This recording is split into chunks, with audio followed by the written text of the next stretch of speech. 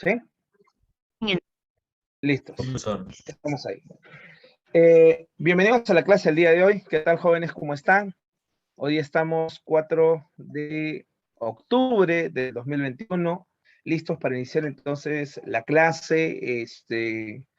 Lima ha amanecido fría, ya con garúa y todo. Ya, entonces, ten cuidado con ese cambio del tiempo, ¿no? Como siempre les digo, el clima no es el que cambia es el tiempo. Entonces, abríguense, ya, tengan cuidado, no se confíen, ¿no? Más que nada en este contexto donde uno suele confundir, ¿no? Ves a alguien, agripado y ya te aleja. Pero bueno, vamos a empezar entonces la clase el día de hoy. Hoy día nos toca desarrollar el tema de la Revolución Francesa. Como les señalaba hace un momento, si hay algún tipo de intermitencia, me avisan, ¿ya? Si existe por ahí. ¿Estamos bien con el audio, con la imagen? ¿Estamos bien? ¿Hasta ahí? ¿Sí? ¿Se me escucha Sí, bien? profesor. No hay problema entonces. Sí, profesor. Ya. Entonces le decía eso para qué, para de esa manera poder organizarnos. A ver, vamos entonces a dar el preámbulo a lo que va a ser la Revolución Francesa. Hablar de la Revolución Francesa es prácticamente señalar uno de los grandes acontecimientos a lo largo de lo que va a ser la historia universal. Motivo, prácticamente hay un antes y un después de la Revolución Francesa.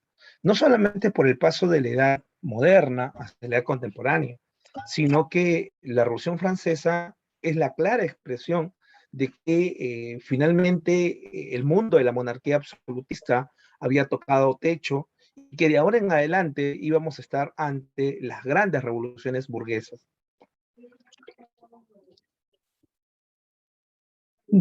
Entonces, en tal sentido, cuando nosotros hablamos de la Revolución Francesa, estamos hablando entonces de cómo la burguesía, ¿ya? Finalmente llega a crear las condiciones o aprovechar también las condiciones para finalmente encumbrarse en el poder político. Al respecto, nosotros vamos a trabajar este material. A ver, vamos a presentarlo. Este material en Word que no se preocupen, como en las clases anteriores, también se les va a enviar. Entonces ahí no debería haber mayor dificultad. ¿Está bien? ¿Sí? ¿Se ve el material? Sí se ve, profesor. Listos. Ya. Entonces, a ver. ¿Quién tenemos por la Revolución Francesa? La Revolución Francesa, entonces, es uno de los grandes acontecimientos del siglo XVIII. Es uno de los grandes acontecimientos políticos. Pero también va de la mano del otro gran acontecimiento. Erich Hobsbawm, ¿ya? El gran historiador del siglo XX, Erich Hobsbawm, en un texto que nos habla sobre las revoluciones burguesas, Hobsbawm nos señala la importancia de dos revoluciones en el siglo XVIII. La primera, la revolución industrial, porque cambió todo el quehacer, pues, desde el maquinismo, cambió el quehacer económico y prácticamente llevó a cabo la consolidación de la burguesía de carácter industrial. Ese es el gran cambio económico. El gran acontecimiento político, el gran cambio político será la Revolución Francesa. Nada será igual a partir de ahora en adelante. Motivo, profe, esta Revolución Francesa va a influenciar en los próximos movimientos de la burguesía en Europa y que de alguna manera va a ayudarnos a entender, y esto para el curso de cívica, cómo van naciendo estos derechos fundamentales de primera generación o cómo se va reconociendo, podemos decirle, estos derechos fundamentales de primera generación, ¿no? Muchas veces, cuando sale de la Revolución Francesa, solamente se habla pues, de personajes como Robespierre, ¿no? Jean-Paul Marat, o de repente pues la importancia de la revolución, ¿no? Pero el movimiento es mucho más allá. O sea, en realidad el movimiento es mucho más agudo, ¿no? Como tal. Motivo, profe, ¿por qué podemos decir que el movimiento es mucho más agudo, mucho más de mayor expectativa, ¿no? Lo que ocurre ¿ya? Lo que ocurre es que cuando nosotros nos referimos al caso de la Revolución Francesa, la Revolución Francesa prácticamente da un quiebre en Europa, ¿ya? Quiebre que prácticamente de ahora en adelante nos va a ayudar a entender esta pugna de poderes. Esta pugna entre el viejo orden, el antiguo régimen, el régimen absolutista, y de ahora en adelante las nuevas formas de que hacer de la política, ¿no? Eh, Concepto. ¿Qué decimos entonces de la Revolución Francesa? Primero, si te das cuenta, está enmarcada entre los años de 1789 a 1815. Lo que pasa es que en el título estamos nosotros incluyendo en la Revolución Francesa a la llamada era napoleónica. Si bien es cierto, se desarrolla de manera temática siempre de 1789 a 1799, los 10 primeros años de la Revolución, por una cuestión de tiempo y de aquí, ¿no? De que el tema es sumamente amplio. Pero realmente nosotros tendríamos que incluir en la Revolución Francesa también a la era napoleónica. Napoleón Bonaparte, cuando llegue al poder en Francia, no llegará para terminar con la Revolución Francesa, sino para darle continuidad al proceso revolucionario. ¿Ok? ¿Qué más? Estamos hablando entonces de un proceso de cambios estructurales. Cuando dice cambios estructurales, quiere decir que la Revolución Francesa también va a impactar en el escenario económico, social, político, ideológico, en fin, ¿no? Eh, Impulsado por la burguesía, y en este caso ya estamos hablando de una burguesía industrial o proindustrial. ¿Cuál es la diferencia entre la burguesía mercantil y la burguesía proindustrial o industrial? La diferencia es que la burguesía mercantil podía de alguna manera aliarse con el monarca absolutista, llegar, ¿no? a algún tipo podemos decirle, de coincidencia en la cual la burguesía respaldaba económicamente al monarca absolutista y el monarca absolutista los protegía, ¿no? Entonces llegaban a una conciliación entre comillas de poderes, ¿no? Entre el poder económico y el poder político. Bueno, la diferencia es que la burguesía ya proindustrial o proindustrial ya no solamente necesita el poder económico, necesita controlar el poder político, porque es a partir del control del Estado que va a poder defender sus intereses económicos. ¿Ya? Entonces iba a poder dar impulso de alguna manera hacia la consolidación industrial. Entonces, como decíamos, es un proceso de cambios estructurales impulsados por la burguesía, con el objetivo de tomar el poder político e impulsar su desarrollo industrial. O sea, hay dos objetivos, ¿no? Tomar el control del Estado e impulsar su desarrollo industrial. Pero últimamente San Marcos ha empezado a darle otro tipo de análisis al caso de la Revolución Francesa. Pues ya no solamente se ve el carácter político y el carácter de su búsqueda hacia la consolidación industrial en Francia, sino también se ven aspectos más relacionados con la ilustración, más relacionados con esta búsqueda, pues, del reconocimiento nuevamente del hombre, pero el hombre como aquel artífice de la transformación, ¿no? Entonces hay esta suerte de exaltación a la libertad del hombre, tus temas de filosofía están presentes aquí, ¿no? El sapere aude de Kant, la búsqueda del progreso, el progreso es la finalidad, ¿no? O sea, se puede progresar. ¿Y cómo se va a lograr el progreso? Hasta antes, durante la Edad Media, se entendía que el progreso iba de la mano de Dios, ¿no? O sea, hacia dónde nos dirigimos, hacia lo que Dios establezca, ¿no? Eh, en el mundo monárquico absolutista, el progreso, entre comillas, va de la mano del monarca, ¿no? ¿Hacia dónde vamos? ¿Hacia dónde nos dirigimos? Nos dirigimos hacia donde diga el monarca, ¿no? Inclusive con una cuestión todavía de respaldo providencial, ¿no? Dios sabe por qué son las cosas. Bueno, todo eso se va a quebrar, ya se va a romper a partir de acontecimientos como la Revolución Francesa, porque la Revolución Francesa te va a decir, no, no es cierto, no es cierto. Nosotros, si de alguna manera debemos entender el progreso es del hombre. El hombre va a lograr el progreso, ¿ya? Entonces, un progreso logrado por la humanidad como tal, a través de su razón, va a lograr transformar todo eso. ¿Ya? Va a transformar el escenario político, económico, social, la manera de cómo nosotros entendemos el mundo, en fin. Todo esto se va a quebrar a partir de que el hombre exalta su liberación. ¿Ya? ¿Qué libertad es, profe? La libertad de elegir, la libertad, pues, aquí de opinar, ¿sí? La libertad del hombre y su propiedad, en fin, ¿no? Entonces, eso es interesante en cuanto a cómo San Marcos va resaltando el carácter ideológico y la ruptura de una época, ¿no? Y claro, la Revolución Francesa dará fin al llamado Antiguo Régimen. ¿Qué es el Antiguo Régimen? Es el régimen absolutista. ¿Ya? Cuando tú hablas del Antiguo Régimen, estás hablando del régimen monárquico absolutista. En este caso, en el caso francés, estamos refiriéndonos a la figura de un señor que se llama Luis XVI.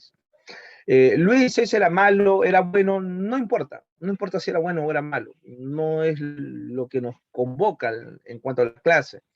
Entonces, lo que pasa es que Luis XVI ya es la representación máxima del absolutismo en Europa.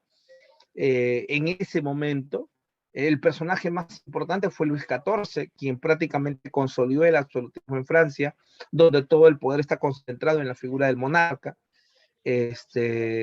Pero Luis XVI representa una época de declive de la monarquía también absolutista en Francia, una época de debilitamiento, y esa debilidad ya que se va a mostrar por parte del gobierno absolutista, finalmente nos va a llevar pues a una burguesía que aproveche el contexto.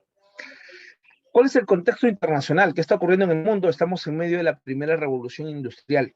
Recuerda que lo hemos visto en la clase pasada cuando hablamos de revoluciones industriales. Inglaterra es la primera potencia industrial y la única potencia industrial para aquel momento, en base a lo que es el desarrollo de la industria textil.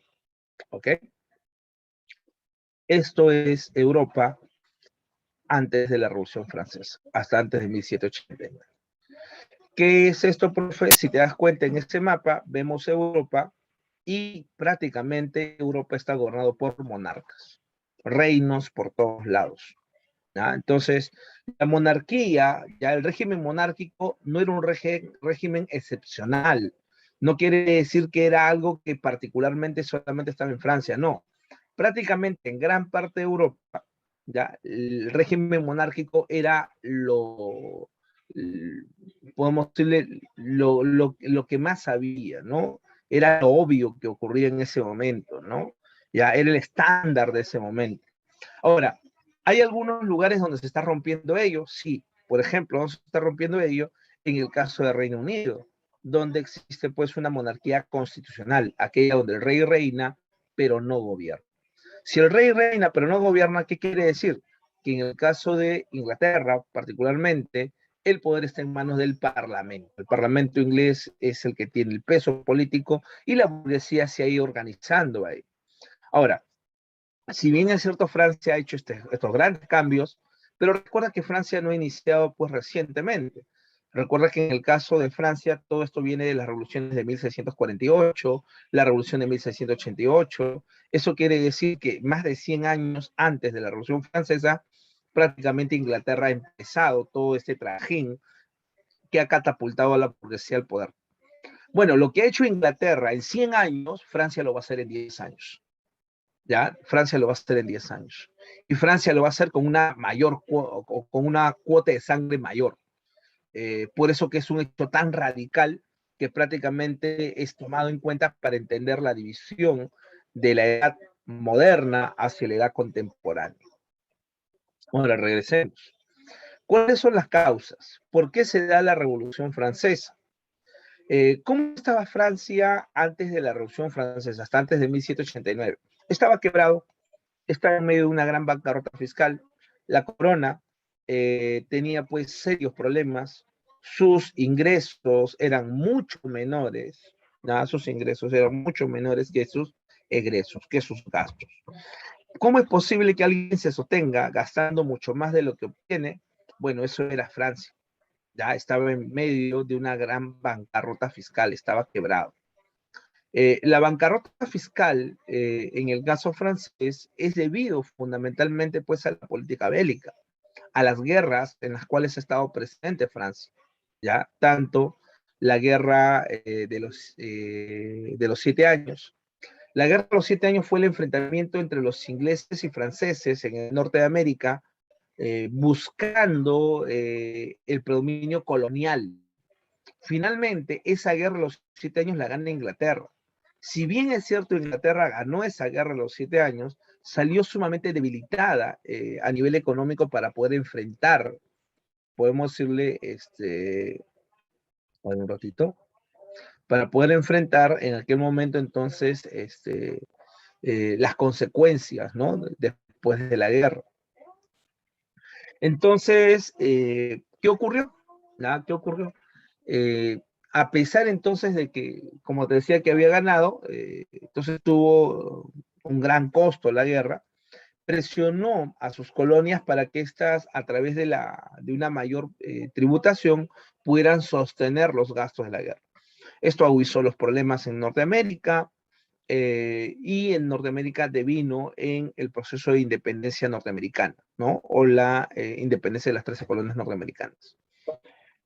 Eh, imagínate, ¿no? O sea, si Inglaterra, habiendo ganado la guerra de los 7 años, estuvo debilitado, imagínate a Francia, que perdió la guerra. Y a pesar de los problemas que tenía Francia, Francia se mete en otra guerra, que es la guerra de independencia norteamericana. Dado que entiende que enfrentándose a Inglaterra le resta predominio en Europa, obtiene la revancha de lo que ha sido la guerra de los 7 años, pero a un alto costo. ¿Qué quiere decir alto costo? Al costo de estar quebrado. ¿Ya? Entonces, ese va a ser pues la consecuencia sobre el caso de Francia. Pero claro, la gran mayoría no se refiere a esto, no se Profe, refiere pues a la porra. Dígame. pero Francia, ¿con qué objetivos entra a la guerra? Francia entra a la guerra con dos objetivos. Primero, cobrarse lo que ha sido la pérdida en la derrota de la guerra de los 7 años. Y el segundo objetivo, recuperar colonias en la zona de Norteamérica. Ya, profe. Esos son sus dos objetivos. Por Gracias. eso entra a la guerra. Ajá. Entonces, en el caso de Francia, ya como le decía, ¿no? Si bien es cierto, la gran mayoría señala, ¿no? El derroche en Versalles, María Antonieta tiene la culpa, los gastos excesivos, ella es Madame Déficit y todo ello. En realidad, gran parte de los gastos se debe fundamentalmente a las guerras en las cuales está concentrado Francia. Pero claro, el derroche en Versalles también de alguna manera nos ayuda a entender este proceso de los previos a la Revolución Francesa. Motivo, porque en el caso del derroche en Versalles, es indignante para muchos que mientras Francia está quebrada, mientras Francia necesita en ese momento medios para poder sostener su presupuesto, Francia tiene que enfrentar en ese momento los gastos que se dan en Versalles en favor de la nobleza, en favor del clero, en favor del rey, los grandes banquetes, los grandes bailes, las festividades que son prácticamente semanales. Es terrible, ¿no? Pero claro, el mayor gasto sigue siendo la política bélica. Entonces, todo esto, en contexto nos ayuda pues a entender la crisis de Versalles, ¿no? Ahora, en el caso de Francia, lo económico está ayudando a entender que el reino puede darle solución a problemas, ¿ya? A problemas tan sensibles como la hambruna de la gente. Por eso se señala que la hambruna terminaba en las puertas de Versalles. De las puertas de Versalles hacia adentro se podían dar grandes banquetes, se podían dar el lujo inclusive de botar la comida. Pero de Versalles hacia afuera, la gente le está pasando mal. Hay gente que está terminando viviendo en los suburbios, en las alcantarillas. ¿Ya? A ese punto se está llegando en el caso francés. Entonces, esto está agudizando los problemas, ¿no? ¿Ya? Para el régimen monárquico. Más, a nivel social, estamos ante una sociedad de corte estamental. Cuando decimos que estamos ante una sociedad de corte estamental, ¿qué quiere decir estamental? Quiere decir que estamos ante una sociedad donde lo principal es el linaje, lo principal es la familia, ¿ya? Lo principal es el lugar de donde tú provienes. La burguesía podía tener aquí, ¿no? Un gran ingreso, ¿no? Podía tener, pues, aquí riquezas, pero la riqueza no lo hacía miembro del primer y segundo estado. El primer y segundo estado estaba en relación a qué? Estaba en relación a tu origen familiar. El primer estado compuesto por el clero, el segundo estado compuesto por la nobleza. Entre los dos no, no son más allá del 3%, máximo 5%, no más. Ya, no más. Mientras que prácticamente el 95% de la población vive en el tercer estado. Cuando nos preguntan, ¿no? Y nos dicen, ¿quiénes son los miembros del tercer estado? Entonces uno empieza a enumerar, ¿no? Burguesía, campesinos, pueblos urbanos, profes, por ahí de repente, no sé, mendigos, en fin. Pero es mucho más fácil. Cuando tú dices, no, ¿quiénes son los miembros del tercer estado? Bueno, aquellos que no son ni nobles ni clérigos. Todos aquellos que no son ni nobles ni clérigos serán los miembros del tercer estado. Y el tercer estado tiene obligaciones. Entre esas obligaciones, por ejemplo, está la parte tributaria. El primer y segundo estado está exceptuado de cuestiones tributarias. El tercer estado prácticamente está sometido a la cuestión tributaria.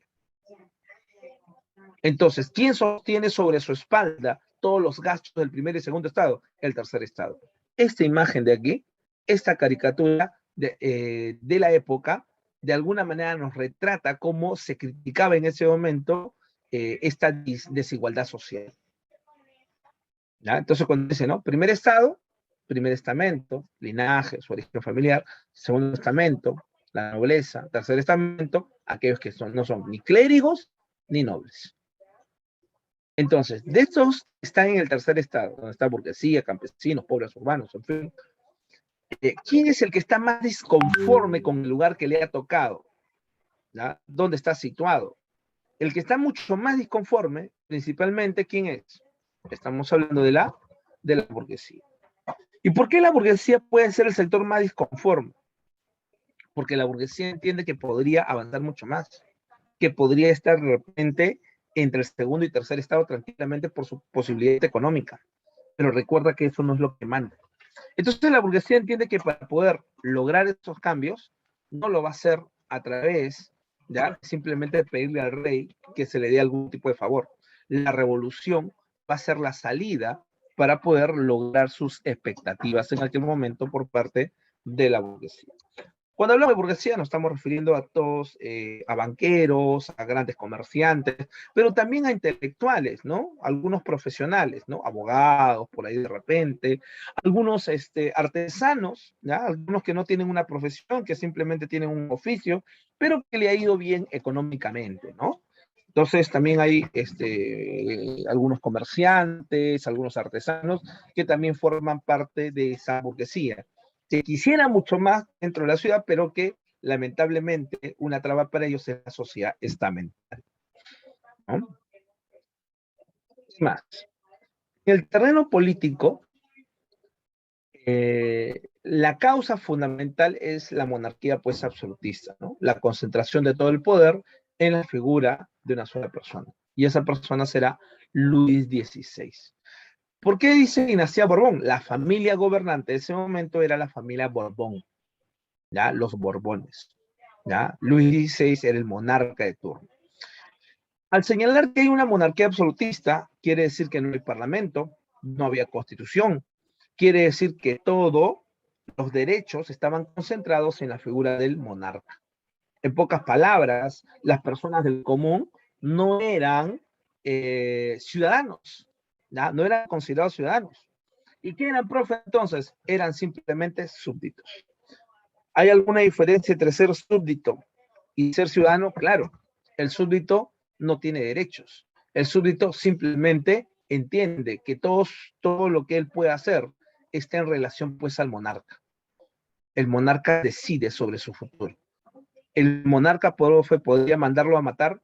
Sí, podría hacerlo y nadie tiene por qué reclamarle. El monarca solamente puede, podemos decirle, ser juzgado por Dios. ¿Ya? Entonces solamente le debe explicaciones a Dios, a nadie más, ¿no? A nivel ideológico, algo que va a ayudar en este proceso va a ser la difusión de la ilustración. ¿Por qué será importante la difusión de la ilustración? La ilustración es un movimiento político, filosófico, ideológico de esta época, en la cual se entiende que la razón ha llegado, ¿ya? La razón ha llegado ¿para qué? Para transformar el mundo. Si hasta antes lo principal era la razón para entender el mundo, Descartes, ¿ya? De ahora en adelante la razón es para transformarlo. Ya hemos llegado a una razón práctica. La razón finalmente, entre comillas, se hace materia y la razón humana va a buscar pues un progreso. Ese progreso, ¿en dónde lo vamos a encontrar, profe? Ese progreso lo vamos a encontrar entonces en esta liberación del hombre. Lo vamos a encontrar en torno a que el hombre finalmente ha logrado romper con las ataduras del pasado, ¿no? Como diría Kant, Kant dice que el hombre deja su niñez, ¿ya? El hombre deja su niñez, ¿no? En la niñez del hombre, el hombre simplemente entendía que tenía que hacer todo lo que otros le dijeran, ¿ya? Lo que la iglesia le dijera, lo que el monarca dijera, lo que la sociedad dijera. Entonces, estoy sometido, supeditado a lo que otros digan. Con la ilustración te dice, no, rompe estos esquemas. Con la ilustración te dice, no, de ahora en adelante eres tú quien va a cambiar el escenario. Ya eso va a ser entonces de ahora en adelante la ilustración. La ilustración se señala que tiene un carácter teleológico, que quiere decir que tiene una finalidad, y esta finalidad es la liberación del hombre. ¿Qué se va a conseguir, profe? Se van a conseguir, pues, no sé, lo que nosotros llamamos los derechos fundamentales de primera generación. Derechos fundamentales de primera generación que tú lo tienes en tu constitución política, ¿ya? En el artículo 2, ¿ya? En derecho de la persona, todo el derecho a la vida, a la identidad, a la integridad moral, a la integridad física, a la igualdad, a la libertad de conciencia, a la libertad de información, en fin, todos los derechos que entonces nosotros encontramos, por ejemplo, en nuestra constitución, gran parte de ellos nacen con esta proclama de los derechos fundamentales de primera generación. Hay dos documentos que prácticamente van a dar origen a esto, a poder declarar, ¿no? A poder declarar y poder levantar las banderas de estos derechos fundamentales. ¿Cuáles son esos dos documentos? Uno es la Declaración de Independencia, el acta, ¿no? Sí, el acta de independencia norteamericana, ese es uno. Y dos, el otro viene a ser la Declaración de los Derechos del Hombre y el Ciudadano, que va a darse en este proceso de la Revolución Francesa. ¿Ya? Entonces, estamos ante este contexto. A ver, a nivel entonces ideológico, tenemos la ilustración. ¿Quiénes son los representantes más importantes? Tenemos a Voltaire. Voltaire en sus cartas filosóficas nos plantea la importancia, ¿ya? Voltaire nos plantea la importancia de, para Voltaire, la importancia entonces de la búsqueda de la monarquía constitucional como una manera de poder lograr algo más equitativo, ¿no? Pues el monarca puede existir, por ejemplo, dice, pero quien debe de determinar finalmente debe ser el Parlamento. Y en ese Parlamento estarían representados los ciudadanos. Voltaire nos habla sobre la tolerancia, ¿ya? La importancia de la tolerancia en la política, en la religión, ¿ya? Montesquieu, en su obra El espíritu de las leyes, nos señala la importancia de la separación de poderes, ¿no? Poder ejecutivo, legislativo, poder judicial, y que no todo el poder esté concentrado en una sola persona. ¿Podría seguir existiendo el rey? Claro que podría seguir existiendo el rey. Montesquieu plantea que podría tranquilamente seguir existiendo una monarquía constitucional donde el monarca esté en el poder ejecutivo, pero el peso principal esté en el parlamento, ya en el poder legislativo. ¿no? En cambio, Rousseau, ¿ya? En su obra El contrato social, Rousseau señala que el poder no puede, ¿ya? No puede otorgársele así al monarca porque, bueno, en sí viene pues de una cuestión tradicional. No, el poder debe estar en manos de los ciudadanos, el poder emana de los ciudadanos. Y si el poder emana de los ciudadanos, son los ciudadanos los que deben de buscar un tipo de gobierno que los represente. Y la monarquía constitucional no es una salida. Entonces, para Rousseau, ¿cuál es la salida? La salida es una república. Una república. ¿En qué consiste, profe, el contrato social? El contrato social consiste en que nosotros, al reclamarnos como ciudadanos, y esto vamos a plantear desde lo que había sido en su momento Luke cuando nos plantea, nos señala que todos nacemos iguales, ya todos de alguna manera, nadie nace con algo previo, ya, o con algo que lo diferencia del otro previamente. Entonces él dice que esto es el origen de esa suerte de el nacimiento del liberalismo político que se va consolidando con Rousseau.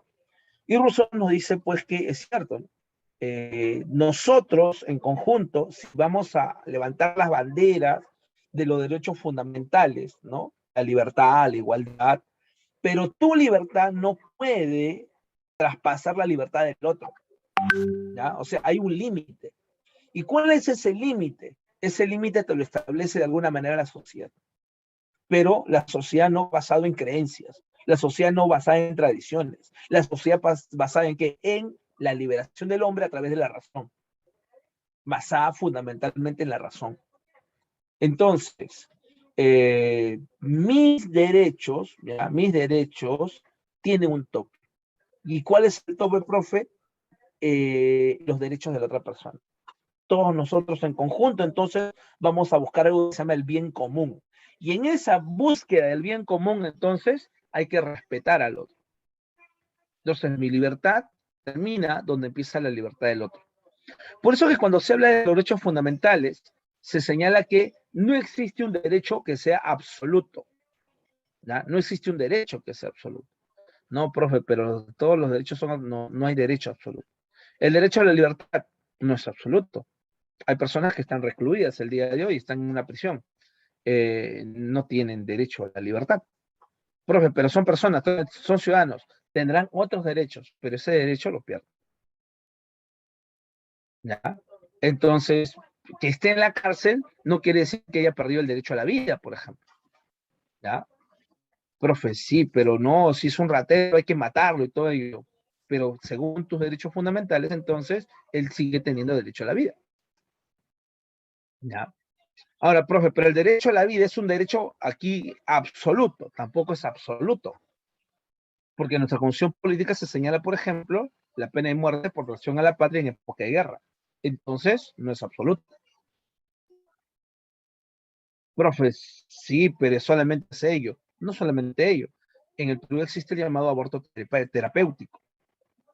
¿Qué quiere decir el aborto terapéutico? Una persona puede en algún momento tener el problema, ya una persona puede tener el problema, una mujer puede estar en gestación y si de repente hay no sé, aquí, ¿no? A determinado mes se ve que el bebé va a nacer con algún tipo de problema que prácticamente le va a causar la muerte inmediatamente al nacer y podría poner en peligro la vida de la madre, entonces se va a dar el aborto terapéutico.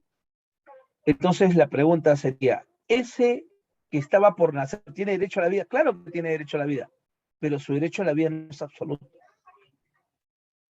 ¿Me entiende? Entonces no existen, si ni siquiera el derecho a la vida es un derecho absoluto, entonces, ¿qué te quiere decir ello? Quiere decir que existe algo que se llama la búsqueda del bien común. Profe, ¿basado en creencias, en tradiciones? No, basado en la razón. Basado en la razón. Todo eso que es ilustración. La razón ha llegado para transformar el mundo. Profe, no estoy de acuerdo, mi religión no comulga con esos planteamientos. Si nosotros hacemos un balance entre religión y razón para la ilustración, La razón está por encima de la religión. La religión se tiene que someter a la razón. No, profe, pero yo no creo. Está bien, tú no crees. Pero que tú no creas, o bueno, que tú creas, que tú tengas tu creencia religiosa, no quiere decir que tú vas a imponer tu creencia religiosa para todos. Porque lo que tiene que primar fundamentalmente es la razón. Eso es lo que tiene que primar, razón. El bien común. Kant se establece un conjunto de imperativos categóricos. Los imperativos categóricos, ¿para qué? Para no establecer de alguna manera lo que a ti te guste, sino lo que va a beneficiar a todos. Esos imperativos categóricos los tienes el día de hoy en algo que se llama constitución política. Listo, se acabó. Entonces, ahí está. Ya, esta es una explicación más de cívica, ¿no? Pero todo eso es lo que en ese momento se está difundiendo. Profe, y así llegaba toda esta información, entonces, en ese momento, me imagino, y la población entendió la ilustración y se lanzó en ese momento. No, realmente, no todos eran letrados. Ser letrado era una minoría, ¿ya? Entonces, el enciclopedismo, por ejemplo, fue muy importante. El enciclopedismo tiene que ver con la enciclopedia. La enciclopedia es esta publicación en la cual se va difundiendo el conocimiento de la época. O sea, la enciclopedia no te está diciendo, oye, ¿sabes qué? La revolución está a la vuelta de la esquina. No. La enciclopedia te dice, te habla sobre el clima, te habla sobre la cuestión de las matemáticas, te habla sobre lo que ha sido pues la gravedad y el señor Newton. O sea, todo eso. Motivo, profe, aquel que conoce es mucho más difícil de ser engañado. D'Alembert y Diderot serán muy importantes en la difusión del conocimiento. Es como en tu caso. Imagínate si tú con todo este conocimiento que empiezas a obtener, regresaras de repente al colegio, regresaras de repente a la primaria, y de repente, no sé, imaginemos, el profesor dice, esto es esto. ¿Por qué? Porque así es. Y alguien levanta la mano y dice, profesor, no es así. Usted me tiene que explicar por qué es. Usted me tiene que sustentar por qué es. Yo no creo que sea así. Yo he leído en esto que esto es así, así, así.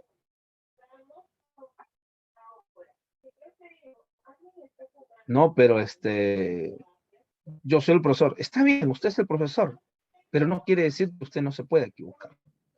No quiere decir que usted no pueda aprender. No quiere decir que solamente los mayores a usted puedan enseñarle. No. El conocimiento no es una cuestión solamente de edad. Es una cuestión de información que puede ser captada por cualquiera. Inclusive por mi persona como un estudiante. Entonces, si usted me quiere rebatir lo que yo estoy diciendo, hágalo con fundamentos. Profe, qué malo que es usted. ¿Cómo va a decir eso, profe? Claro, lo podría decir desde el día de hoy en base a tu conocimiento. ¿Sí? Sí, sí me han botado el salón. Ya. Entonces, pero es interesante, o sea, ser libre, ¿no? Tampoco ser faltoso, ¿no? O sea, tampoco vas aquí a tratar, pues, aquí mal a tu profe. La cuestión es que todo debe ser cosa argumentado, ¿ya? Nuevamente, ¿no? La razón para transformar. Y a través de esas discusiones, a través de la razón, no te estás ayudando solamente a ti, no solamente estás ayudando al profesor, se están ayudando todos en conjunto, porque al final el conocimiento se está difundiendo entre todos. Enciclopedismo. En esta época, inclusive, como la gran mayoría es iletrada en ese momento, entonces será muy importante la labor de los oradores. Gente que va a las plazas públicas, gente que va a los bares y empieza a señalar, ¿no? Algunas ideas de la ilustración y esto va calando en la población. ¿Ya? Las caricaturas eran importantes, entonces la oralidad es muy importante en ese momento para señalar y cuestionar lo que había en ese momento.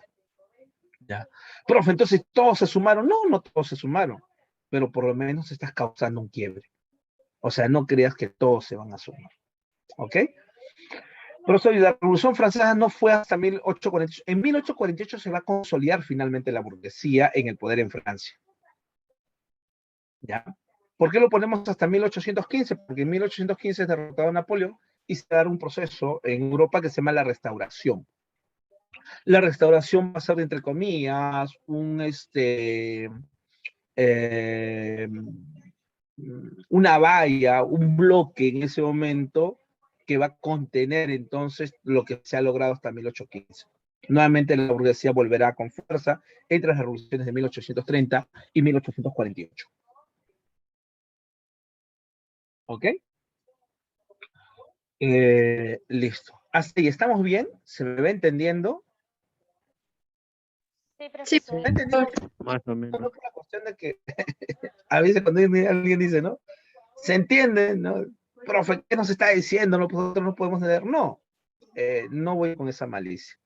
Ya, esa no. Mi objetivo es que por lo menos tu profe puede conocer, y a veces ocurre eso, y te ver pasar en el colegio también. Hay profes que conocen un montón, pero que no se saben explicar.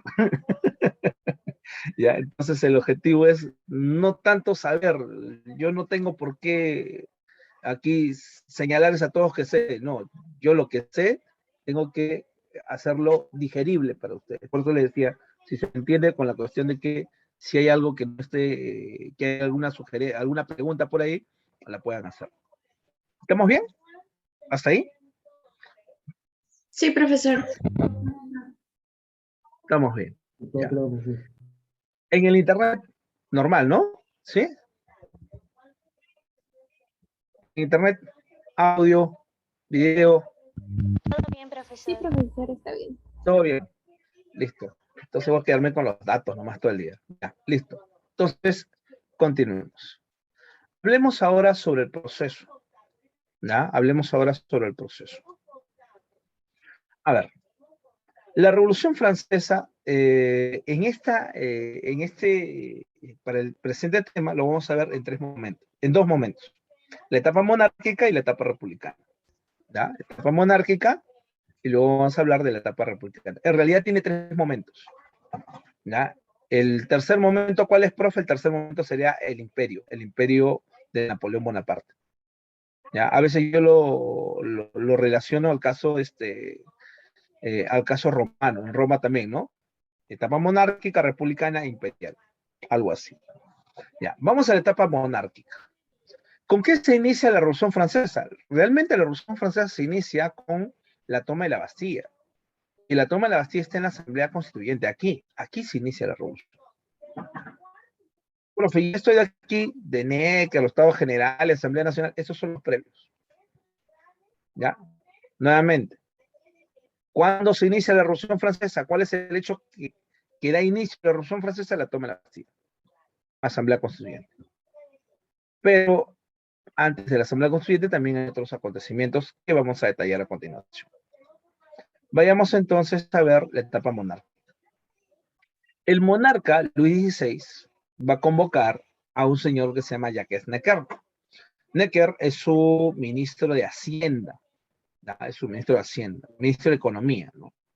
Necker le propone a Luis XVI un conjunto de reformas fiscales, fundamentalmente que el primer y segundo estado también tributen. ¿Cómo que el primer y segundo estado tributen? Claro, porque se entiende en ese momento que el primer y segundo estado no pueden estar, ya el primer y segundo estado no pueden soslayar la ley, no pueden estar aquí, ¿no? Por fuera, por fuera de contribuir con Francia en ese momento ante la gran crisis económica. Ahora, eso era quitarle los privilegios, ¿ya? Privilegios del primer y segundo estado. Es como si tú, por ejemplo, el día de mañana dijeras, ¿no? ¿Sabes qué? En tu caso, por ejemplo, ya, en tu caso, vamos a poner un ejemplo. ¿Qué pasaría si tú no pagas la luz? No pagas la luz 2 meses, Me corta. te cortan el servicio de luz. Pregunta, cuando te vuelvan a reponer el servicio de luz, ¿qué va a ocurrir? Solamente te repone la luz y así nomás, y sigues pagando normal. O tienes que pagar un extra a la hora que te van a reconectar la luz. Hay reconexión, Sean. ¿Ya? Hay moras que has tenido que pagar, Sean. Listo. ¿Ya? Está bien. ¿Ya? En el Perú, ¿ya? En el Perú, ¿ya? Y yo leyendo algunas cuestiones de derecho tributario, en el Perú, entonces, claro, si yo tengo mi recibo de luz y no pago, ¿ya? O de repente, no sé, no le pago a la SUNAT, imaginemos, ¿no? La SUNAT me podría abrir un proceso, yo podría ir por la parte legal, podría retener de alguna manera mi pago ante la SUNAT, podría terminar en el Poder Judicial, una casación y todo ello, y me podría ir de alguna manera a una suerte de 5 o 6 años y no pagarle a la SUNAT. ¿Está bien? Sería mi manera. Pero realmente, pues, mi proceso judicial me va a salir mucho más costoso que pagarle a la SUNAT. Entonces, mejor le pago a la SUNAT. Pero eso es porque mi ingreso es menor. En cambio, si yo fuera una empresa minera o yo fuera una empresa tipo telefónica, lo que yo le voy a pagar a la SUNAT es millonario. Entonces, yo me pongo en esta posición. Ese dinero que yo tendría que pagar a la SUNAT, mejor lo puedo reinvertir en mi empresa. Judicializo el pago de tal manera que pasan 5 años, 10 años, 15 años, y al año 15, ya le digo, está bien, ya está bien. Yo sé que debía, yo voy a pagar. No, pero también ahora debes mora. No, no, no, no, no, no, no, no. Yo te pago lo que te debía, mas yo no voy a pagar las moras. Porque el proceso ha sido sumamente largo y yo no tengo la culpa que tu poder judicial ya la haga tan larga. Eso es lo que pasa el día de hoy con el caso de Telefónica, Scotiabank y otras empresas. ¿Qué pasaría si de alguna manera la ley se hiciera cumplir a todos por igual? ¿Ya? Que le apliques también a Telefónica, a Scotiabank, al igual que a una persona del común, las leyes, y no solamente las leyes, sino también los pagos, las moras y todo ello. Eso es espantar a la inversión privada. ¿Ya? Y cuando tú no tienes internet, como en mi caso, ¿ya? Me dicen, no le vamos a cobrar por las horas. No sé, que no tenía internet. Entonces, ellos lo entienden como un privilegio, ¿ya? Es lamentable, ¿ya? Es lamentable. Profe, ¿se puede hacer en proceso judicial? Se puede hacer. Se puede hacer, tranquilamente se puede hacer. Es lo que hacen, ¿ya? Van a todas las vías. ¿El objetivo cuál es? Todo lo que ha pagado en abogados, ¿no? Tal, es algo mínimo con respecto a todo ese dinero que no ha pagado y que lo ha reingresado nuevamente para poder continuar con sus gastos operativos. Y eso es lo que está judicializado. Ese es el problema en este momento de esas empresas. Profe, son privilegios. Lamentablemente es eso.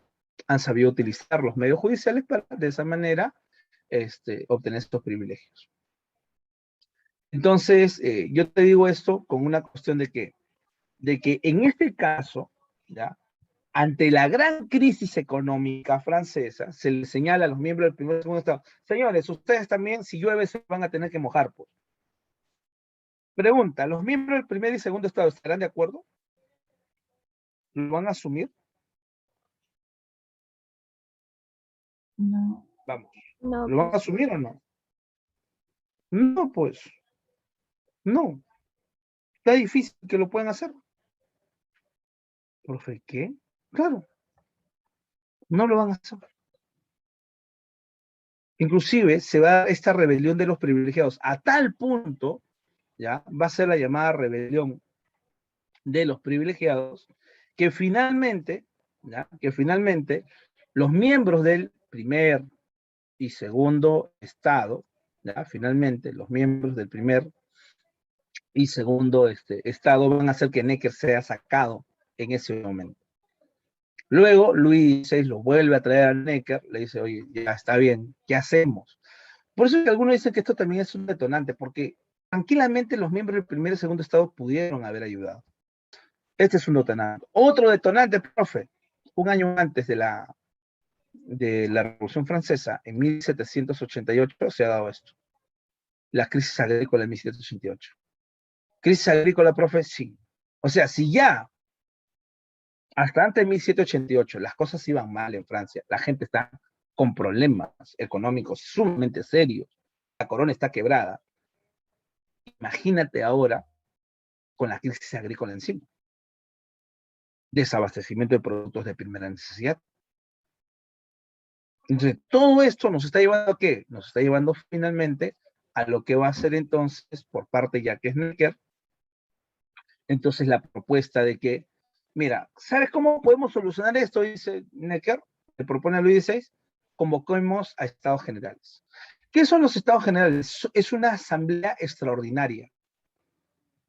Se convoca de manera extraordinaria a los representantes del primer, segundo y tercer estado. Representantes, no a todos, sus representantes los enviarán. ¿Cuántos representantes, profe? Serán alrededor de 300, ¿ah? Un poco más, no, serán más. Serán 300 del primer estado, 300 del segundo estado y 600 del tercer estado. Así entonces se convocan a las elecciones de representantes. Los representantes del tercer estado tienen diferentes sugerencias. Por ejemplo, la gente del común al sector popular le está pidiendo igualdad tributaria y social. O sea, la gente del común no está pidiendo no tributar. ¿Ya? Algunos creen que la gente que tiene menos ingresos te está diciendo, oye, ¿sabes qué? Yo no quiero tributar. No, te está diciendo, todos tributemos por igual y todos tributemos de manera proporcional. ¿Qué quiere decir? Si más tengo, más tributo. ¿Ok? La burguesía. La burguesía, en cambio, las propuestas de la burguesía es buscar una igualdad jurídica. ¿Qué igualdad jurídica, profe? Igualdad de acceso a los cargos públicos, inclusive cargos eclesiásticos. Entonces, en el tercer estado tampoco las cosas están totalmente unidas, ¿no? O sea, hay algunos más radicales que otros. El sector popular está buscando una igualdad más económica, la burguesía está buscando una igualdad mucho más jurídica. Finalmente llegan a los estados generales, ¿ya? Se van a reunir los representantes de los tres estados, y en ese momento sale el representante del monarca y les señala a todos, señores, se les ha convocado no para llevar a cabo un conjunto de medidas, no, solamente una medida. Solamente se les ha convocado por una razón a todos ustedes, solucionar la crisis fiscal. ¿Qué quiere decir solucionar la crisis fiscal? Solucionar en este momento los problemas, el problema económico de la corona. Entonces, de alguna manera ya se les señala por dónde tienen que ir. En plena reunión de los estados generales se va a dar el llamado problema del voto. ¿Qué es el problema del voto? Los miembros del primer y segundo estado señalan que debe ser un voto como siempre se ha votado, un voto por estado. ¿Qué quiere decir un voto por estado? Más allá de la cantidad de representantes, ya, más allá de la cantidad de representantes, los miembros del primer estado se van a una sala, ¿ya? Se van a una sala y en la sala salen y ya tienen un solo voto.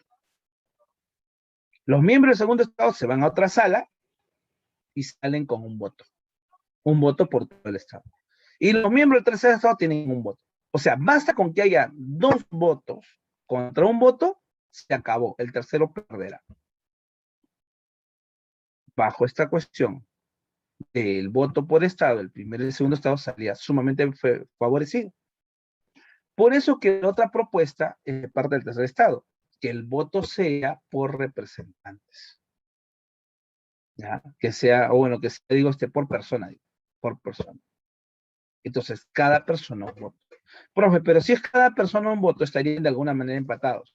Sí, pero los miembros del tercer estado habían logrado sumar a gente del primer y segundo estado. ¿A quiénes, profe? A la baja nobleza, al bajo clero, los habían ido sumando. Entonces, los miembros del primer y segundo estado no están de acuerdo también con este voto por persona.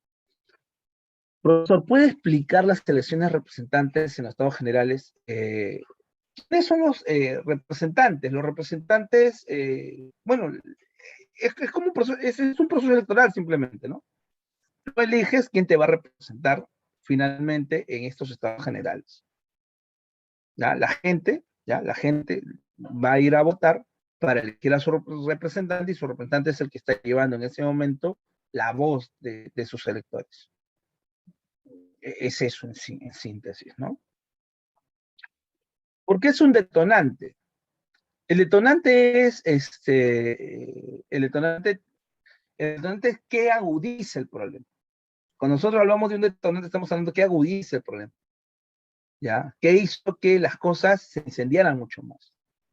Que los miembros del primer y segundo estado no quieran acceder en un inicio a la cuestión de ellos también tributar, crea las condiciones para que se convoquen los estados generales y para que se vayan agudizando los problemas. ¿Qué es otro detonante? Otro detonante es la crisis agrícola de 1788, agudiza la crisis económica. Entonces, eso es un detonante. Esos son los detonantes. ¿Ok? Ahora, ¿por qué les va a ir mal en esta cuestión de los estados generales? Cuando finalmente necesitan que se llegue a un acuerdo cómo se va a votar, el rey señala que hay una manera de votar. Y esa manera de votar va a ser el voto por estado. Ante esta propuesta, los miembros del tercer estado salen de la sala, no están de acuerdo. ¿Y por qué es estratégico que salgan de la sala? Porque si ellos se mantenían en la sala, así votaran en contra de impuestos para ellos, o aquí o simplemente de manera neutral, estaban dando el quórum, la cantidad de personas necesarias para que en ese momento se aprobara los impuestos para el tercer estado, o sea, más impuestos para el tercer estado. Por eso salen de la sala. Una vez que salen de la sala y quieren reingresar porque quieren señalar su voz de protesta ante esto del voto por estado, no los dejan ingresar. Y al no dejarlos ingresar, se van a ir a la sala del costado. La sala del costado se llama la sala de juego de la pelota. ¿Por qué se llama sala de juego de la pelota? Porque de esto era un lugar donde se jugaba algo como frontón o el tenis, y ahí se reúnen los representantes del tercer estado. Todos se reúnen, se pone una mesa, a la cabeza estará Bailey, que es un astrónomo, ¿ya? Y se va a llevar a cabo la juramentación, ¿ya?, de la sala del juego de la pelota. Esa juramentación de la sala del juego de la pelota está prácticamente dando la transición de la Asamblea Nacional hacia lo que va a ser la Asamblea Constituyente. ¿Por qué se le llama Asamblea Nacional? Porque al estar presentes los miembros del tercer estado, ellos representan a la nación. Ellos representan a más del 95% de la población. ¿Y qué se está juramentando? Que no van a detenerse hasta que no haya una constitución política. ¿Ya? Entonces aquí ya no es solamente solucionar la crisis económica, sino la constitución política. Ese es el objetivo. Así entonces, entramos a la Asamblea Constituyente. El rey decide cerrar la sala del juego de la pelota, decide que esto de los estados generales ha sido una mala idea, Necker va a pagar los platos rotos, Necker es sacado, y toda esa información inmediatamente llega a París. Una vez que llega a París, la gente en París entiende que no se puede conversar con el rey, no se pueden conversar con los nobles, los clérigos, entonces la solución debe ser mucho más radical. ¿Y qué va a ser mucho más radical, profe? La revolución. La revolución entonces se dará inicio. ¿Y con qué se va a dar inicio a todo esto? Con la toma de la Bastilla. ¿Qué era la Bastilla? La Bastilla es un símbolo del poder monárquico absolutista. No es que hubiera una gran cantidad de prisioneros en la Bastilla, habrían 5, 7 prisioneros. La cuestión es que la Bastilla era un símbolo de poder real, era un almacén de pólvora, ya la gente había ido asaltando armerías, tenían armas, pero les faltaba la pólvora, y el almacén de pólvora más cercano era la Bastilla. Cuando se acercaron a la Bastilla, desde la Bastilla dispararon contra la población. La población en ese momento cargó sus muertos y regresó para abrir el pórtico de la Bastilla. Finalmente logran ingresar. Los soldados lanzan sus armas al costado, como una señal de que se han rendido. No les van a perdonar la vida. La muchedumbre no le va a hacer caso. Los sans-culottes, los pobres de la ciudad, van a ser terribles. Finalmente, serán decapitados en el lugar los, los que estaban resguardando la Bastilla. Entonces los guardias son decapitados, sus cabezas son puestas en picas, en lanzas, y ha nacido una tradición revolucionaria. La nueva tradición revolucionaria es, al enemigo hay que decapitarlo, poner su cabeza sobre una lanza y pasearse, enseñando el símbolo del triunfo, la cabeza decapitada de tu enemigo, del sector monárquico. Esto que se ha iniciado en la Bastilla, que ha sido sumamente radical, rápidamente se va a difundir, no solo más allá de la ciudad, va a llegar al campo. Y en el campo se va a desatar el gran miedo. Los campesinos, ¿ya?, van a hacer justicia por propia mano. Noble, clérigo que encuentran, noble que le va a caer. En algunos casos los van a matar, van a terminar incendiando iglesias. El gran miedo es el gran terror. No, más adelante vamos a hablar del gobierno del terror. En este caso se llama simplemente el gran miedo, es la gran insurrección en el campo.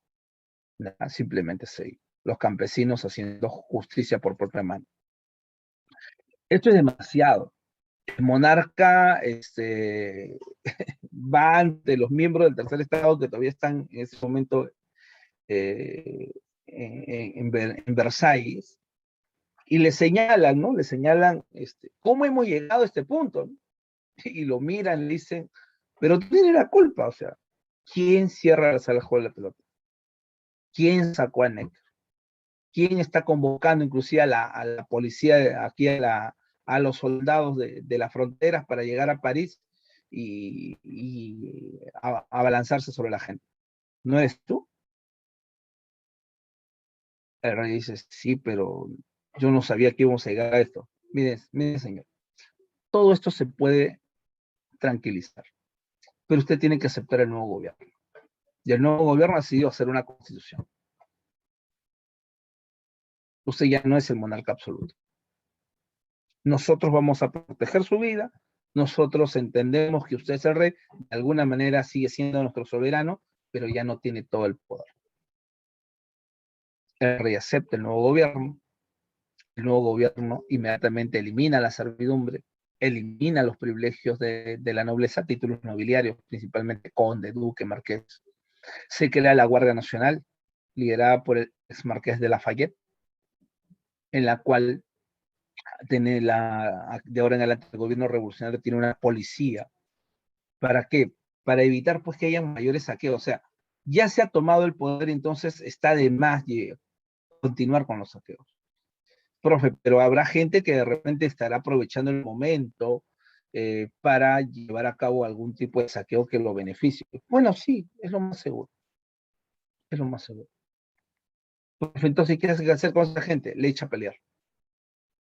La derecha a pelear te dice toda aquella persona que esté llevando a cabo actos de vandalismo contra el gobierno revolucionario debe ser encarcelado y en algunos casos va a ser fusilado. Entonces, esa es la tranquilidad que, entre comillas, se está dando en ese momento en Francia. Se va a promulgar la Constitución Civil del Clero. Mediante la Constitución Civil del Clero, de ahora en adelante, la Iglesia Católica y sus miembros, ¿ya?, los obispos, arzobispos, los párrocos, todos ellos pasan a ser parte del Estado, se someten al Estado. La Iglesia Católica en Francia debe entenderse como una iglesia sometida al Estado laico, al Estado revolucionario. La razón está por encima de la fe. De ahora en adelante los obispos, arzobispos, cardenales son funcionarios del Estado, simplemente. Y como tal tienen que obedecer al nuevo Estado revolucionario. Y momentáneamente el Estado revolucionario lo que necesita son sus bienes. ¿Sus bienes para qué, profe? Para poder financiar la revolución. Entenderás que todo esto va a traer como consecuencia la ruptura con el Papa, la ruptura con la Iglesia Católica. La Iglesia señala que este es un gobierno demoníaco, ¿no? Pero bueno, se da la ruptura. Se va a promulgar, bueno, se va a dar la Declaración de los Derechos del Hombre y el Ciudadano. Ese documento es el más importante de esta etapa, porque prácticamente con esto se está dando este acto declarativo de los derechos fundamentales de primera generación. El derecho a la libertad, el derecho a la igualdad, a la propiedad, inclusive a la insurrección. ¿Qué es este derecho a la insurrección? Si la autoridad no cumple, la población tiene todo el derecho en sacarlo. Actualmente nosotros tenemos estos mecanismos.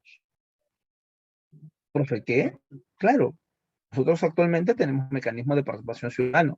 Por ejemplo, ¿no? Si la autoridad ya no cumple con sus labores de manera adecuada, entonces nosotros tenemos todo el derecho de hacer de alguna manera un proceso pues aquí para evaluar pues el gobierno pues del alcalde, por ejemplo.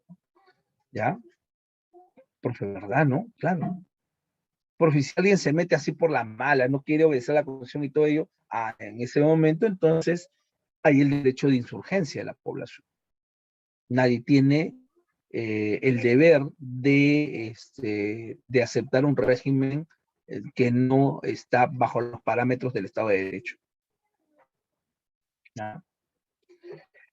Constitución de 1791. La Constitución de 1791 va a consolidar, ¿ya? Ahora esta Declaración de Derechos del Hombre y Ciudadano van a formar parte de la Constitución, pero la Constitución también establece como forma de gobierno a la monarquía constitucional.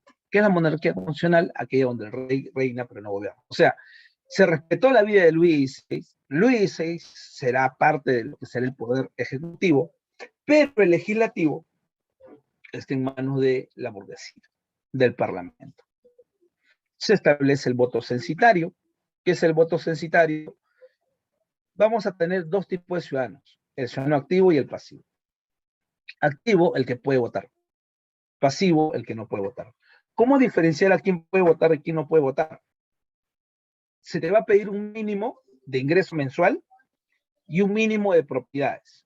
Si tienes un mínimo de propiedades y un mínimo de ingreso mensual, podrás votar, serás ciudadano activo. Si no tienes esa posibilidad, ciudadano pero pasivo. Bajo ese planteamiento, entonces la burguesía se aseguraba que ella tuviera las riendas del Estado, que sean ellos los que podían llevar a cabo la ciudadanía activa.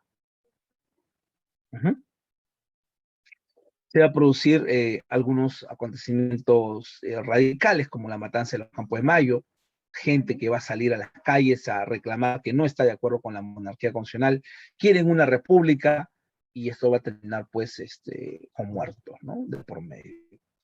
De todas maneras, tenemos el nuevo régimen, ¿ya? El rey ha tenido que aceptar a regañadientes el nuevo régimen, y quien tiene el poder es el parlamento. De ahí que lo que tenemos es una asamblea legislativa. El parlamento es el que tiene el poder. En el parlamento hay tres grupos políticos: los girondinos, los jacobinos y los fuldenses. ¿Quiénes son ellos? Vamos a los partidos políticos. ¿Ya? ¿Quiénes son ellos? Si nosotros hablamos de los fuldenses y los girondinos, ellos se parecen, ¿no? ¿Qué se parecen girondinos y fuldenses? Ambos son de la alta burguesía. Banqueros, grandes comerciantes, representan esos intereses. ¿En qué se diferencia? Los girondinos son republicanos, moderados, pero republicanos. Los fuldenses son monárquicos constitucionales. Algunos dicen, no, lo que pasa es que los fuldenses son monárquicos, pero no son monárquicos absolutistas. No están buscando reestructurar la monarquía absolutista. Son monárquicos constitucionales. Creen que la revolución ya terminó. Ahí hasta donde llegó es suficiente. Pero los girondinos son republicanos, están en mayor avanzada. Hay otro sector más radical, los jacobinos. Los jacobinos son la baja burguesía, algunos intelectuales, algunos artistas, y son republicanos radicales. Creen que no solamente es necesario cambiar a la república, sino que la república debe ser mucho más radical.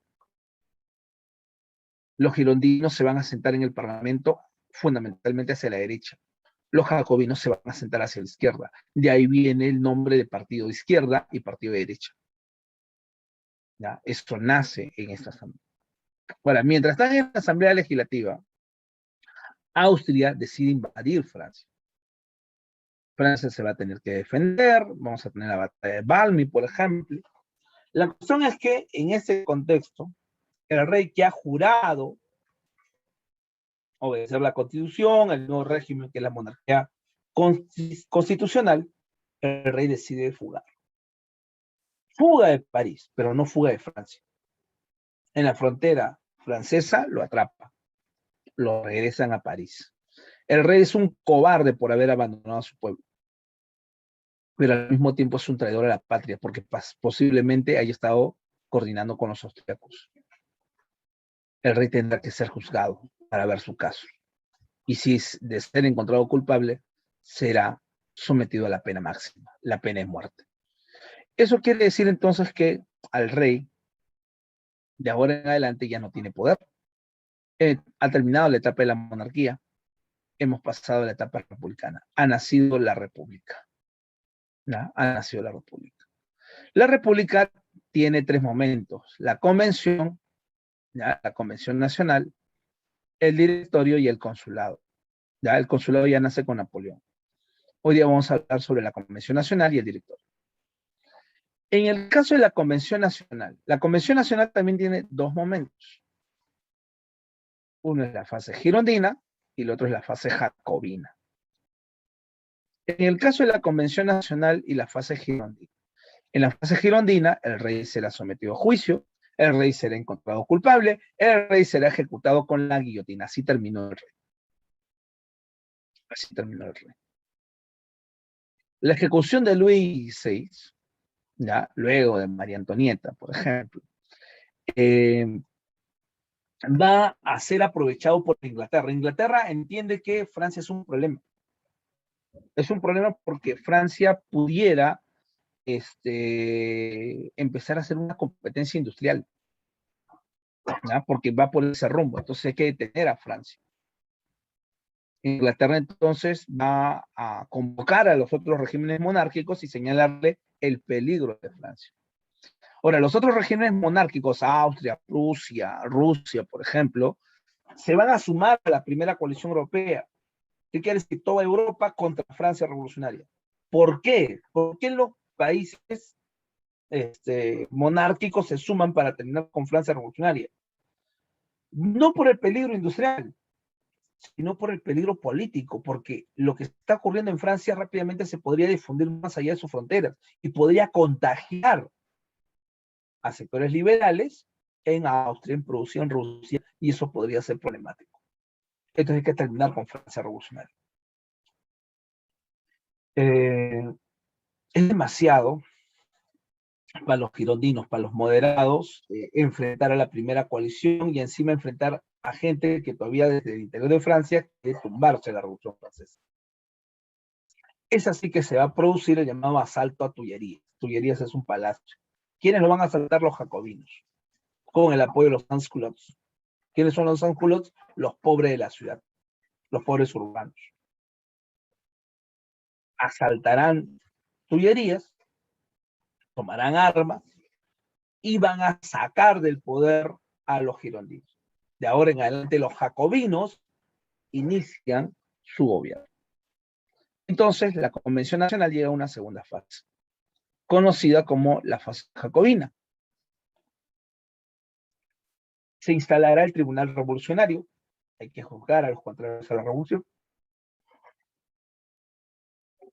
Se convoca al servicio militar obligatorio, hay un ejército revolucionario.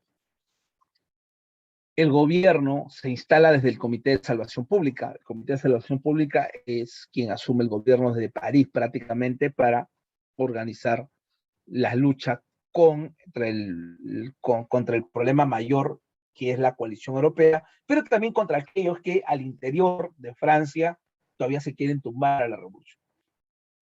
Se lleva un conjunto de medidas, se crea el calendario revolucionario. El objetivo es olvidar poco a poco las fiestas religiosas y cambiarlas por fiestas, festividades en torno a la Revolución Francesa. Vamos a tener la rebelión de la Vendée. La Vendée es un pueblito. ¿Ya? ¿Por qué la rebelión de la Vendée? El gobierno ha convocado al servicio militar obligatorio para defender pues, a Francia del enemigo externo.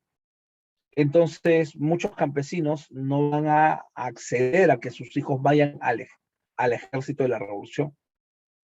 Inclusive, algunos curas que son contrarios a la revolución en ese momento van a apoyar la rebelión de Lavender. ¿Cómo se llaman los curas que están en contra de la revolución? Se llaman curas refractarios. Entonces los refractarios apoyan la rebelión de Lavender. Finalmente la rebelión de Lavender va a ser sometida. Pero bueno, algunos le llaman una rebelión promonárquica. En realidad es una rebelión contra la leva militar, contra el servicio militar obligatorio. Se establece la ley del máximo precio, de los máximos precios y salarios. En el caso de la ley de los máximos precios, o sea, nadie puede tratar de aprovechar la revolución para hacerse rico, para especular con los precios de los productos de primera necesidad. Por eso que se da esta ley de los máximos precios. Persona que es encontrada especulando con los precios de los productos de primera necesidad debe ser atrapada, debe ser juzgada. Lo más seguro que va a terminar en la guillotina, ¿ya? Y además de eso, sus productos serán entregados a la población que tiene hambre. Finalmente, esta fase jacobina va a tener una etapa mucho más radical. Y la etapa más radical es la dictadura dirigida por Maximilien Robespierre, el incorruptible. Se va a dar el llamado gobierno del terror. Este gobierno del terror se va a establecer, por ejemplo, la llamada ley de sospechosos. Mediante la ley de sospechosos, todo aquel que sea sospechoso de ser un emigrado, ¿qué quiere decir? Un noble, contrario a la revolución, o un refractario. ¿Qué es un refractario? Un clérigo contrario a la revolución. Va a ser capturado, va a ser encarcelado, va a ser juzgado, ¿ya? Va a ser encarcelado preventivamente, va a ser juzgado, y lo más seguro es que termine en la guillotina. ¿Ya? Entonces la guillotina se va a convertir en el símbolo de la revolución. Más allá de la radicalidad de Robespierre, se va a lograr contener a la primera coalición europea. Finalmente se contuvo a Inglaterra, aquí en Inglaterra, Rusia, Prusia, Austria. Pero también se logra contener a la oposición revolucionaria, eso sí, con una gran cuota de sangre. Como que una gran cuota de sangre, pero fue una gran cantidad de muertos, ¿no? Por eso que se llama el gobierno del terror como tal. Finalmente, pues vamos a entrar, se da el llamado golpe del Termitor. ¿Qué es el golpe del Termitor? Algunos entienden que es demasiado ya radical el gobierno de Robespierre, que los sans-culottes podrían buscar radicalizar mucho más la revolución y esto podría ir en contra inclusive de los intereses de la burguesía y es necesario ponerle fin a esto. La reacción terminoriana hará que los girondinos retornen al poder instalando el directorio. Y los girondinos aplicarán el llamado terror blanco. ¿Qué es el terror blanco? Todos los radicales serán inmediatamente perseguidos, encarcelados preventivamente y luego juzgados y guillotina con ellos. Ahora la guillotina va a caer sobre los rojos. Ejemplo, Robespierre. Robespierre va a terminar decapitado en la guillotina. Ahora, en este contexto tenemos la llamada conspiración de Babeuf. ¿Qué es esto, profe? Tenemos un señor que se llama Babeuf, que va a criticar, por ejemplo, lo que hasta ese momento se ha logrado. Se señala que no se ha logrado, por ejemplo, una suerte de igualdad económica. Y ese es uno de los grandes problemas de Francia, porque ya no solamente son problemas políticos, jurídicos. Por eso es que Babeuf señala que hay que eliminar la propiedad privada. Solamente queda como un acto declarativo. Por eso es que a Babeuf también algunos le llaman el primer socialista utópico. Socialista, profe, por esta idea de eliminar la propiedad privada. Utópico, profe, porque de alguna manera simplemente queda en una cuestión declarativa, no te dice cómo hacerlo. Tenemos la formación de la segunda coalición europea. Inglaterra nuevamente entiende que hay que terminar con Francia revolucionaria. Y ya el directorio es una etapa de crisis también. ¿Ya? Los choques entre girondinos y jacobinos, la eliminación de radicales, todo lo que ha transcurrido de la revolución hace que la revolución esté prácticamente en sus últimos momentos. Y cuando parece que finalmente la revolución se acabó, se da el llamado golpe del 18 de Brumario. ¿Y quién da el golpe del 18 de Brumario? Un señor que se llama Napoleón Bonaparte. Napoleón Bonaparte va a salvar a la revolución, ¿ya? Va a salvar de que se restaure el poder monárquico en Francia momentáneamente y será inicio a la llamada era napoleónica. ¿Qué es la era napoleónica? Este es otro tema. Ya, ese es otro tema. ¿Ok? Con eso podemos dictar claves. Vamos a las claves. Pregunta número 1. La Revolución Francesa significó el fin del antiguo régimen Borbón, iniciando el ascenso de la burguesía en el control del Estado bajo los principios de la división de poderes. Propuesta que le encontramos en la obra El espíritu y las leyes, ¿no? Dedo. 2. Dentro de las primeras medidas adoptadas por la burguesía en la Revolución Francesa encontramos la Constitución Civil del Clero, que permitió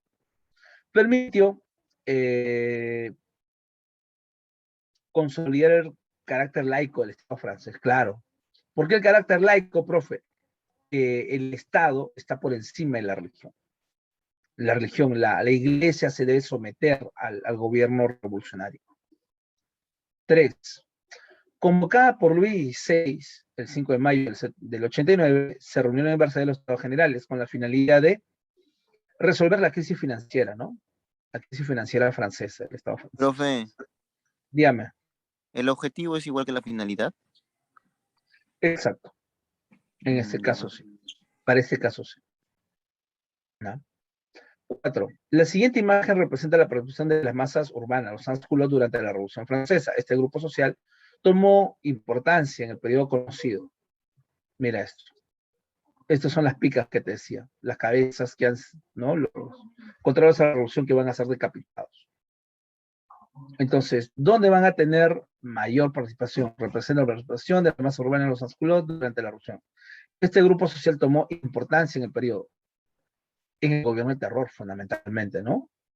Ya con Robespierre, respaldaron al gobierno radical.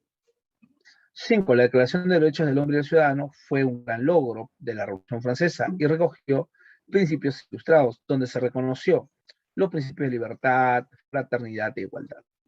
¿Qué es eso de fraternidad? Todos somos hermanos. El periodo republicano de la Revolución Francesa se inició con el establecimiento de la Convención de 1792, en donde los jacobinos tomaron el poder, iniciando pues el gobierno del terror, ¿no? De Maximilien Robespierre, ahí donde se consolida. 7. En el siglo XVIII fue un momento de ciertos cambios a nivel productivo, revoluciones industriales y renovación ideológica. ¿Cómo fue el caso de la difusión? ¿Difusión de qué? Del predominio de la razón crítica, pues. Cuando hablamos de la razón crítica estamos hablando de la revolución. 8. El proceso de la Revolución Francesa destacó la figura de Maximilien Robespierre, quien en su discurso "La democracia es un Estado en el que el pueblo soberano, guiado por las leyes que son fruto de su obra, llevan a cabo por sí mismo todo lo que está en sus manos y por medio de sus delegados todo aquello que no pueden hacer por sí mismos", expresó el fin del sistema republicano, podría ser, la importancia del monarquía emocional, no, la justificación de la violencia revolucionaria, el significado de la soberanía popular y el gobierno republicano. O sea, el significado de la soberanía popular, de dónde emana el poder, emana del pueblo, ¿no?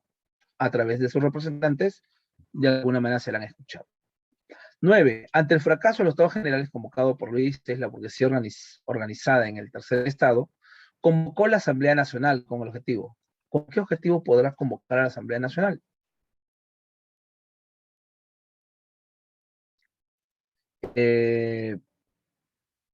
Aprobar, ¿no? La Constitución Civil del Clero, elaborar la Constitución. Elaborar la Constitución. Beso. 10. El debate Selles, en que es el tercer estado, publicado en 1789 a través de las preguntas. ¿Qué es el tercer estado? Todo. ¿Qué ha sido hasta hoy en el orden político? Nada. ¿Qué pide? Llegar a hacer algo. Plantea la importancia del tercer estado en lo político. Avión. 11. Indique que fue considerado como uno de los grandes aportes de la Revolución Francesa para el mundo actual, pues plasma los planteamientos ilustrados que defienden la propiedad privada. La Declaración de los Derechos del Hombre y Ciudadano. Caso. 12. Respecto a los grupos políticos de la Revolución Francesa. Jacobinos, alta burguesía, 1 beso. Girondinos, jacobinos, baja burguesía, pequeña burguesía, 1 avión. Girondinos, alta burguesía, 2 besos. 1 avión, 2 besos. fuldense, burguesía promonárquica. Constitucional, ¿no? 12 bien. 13. La instauración del régimen del terror en Francia fue con el gobierno de los... la instalación del régimen de terror de los jacobinos, ¿no? Y tuvo como máximo representante a Robespierre. Casa. 14. Al interior del tercer estado se encuentra una clase de poder económico de alto grado de educación y fuertemente influenciada por la ilustración. Nos referimos a la burguesía, casa. El contexto que consiguió a los radicales jacobinos tomar el poder en Francia fue la oposición de sectores girondinos y fuldenses, la necesidad de evitar la reacción del termitor, la captura del rey y la necesidad de su eliminación para instaurar la república, la coalición externa y las rebeliones realistas internas. El contexto que consiguió a los radicales jacobinos, a tomar el poder en Francia. Coalición externa, sí. Rebeliones internas realistas podría ser a favor del rey. Captura del rey, necesidad de eliminación de su eliminación. Coalición externa más que nada. Porque recuerda que ya la ejecución del rey o la captura del rey es con la etapa girondina. Nadie otro. 15 entonces dedo, esa sería. Listo. Con eso entonces terminamos y nos estaríamos viendo la próxima semana. Cuídense.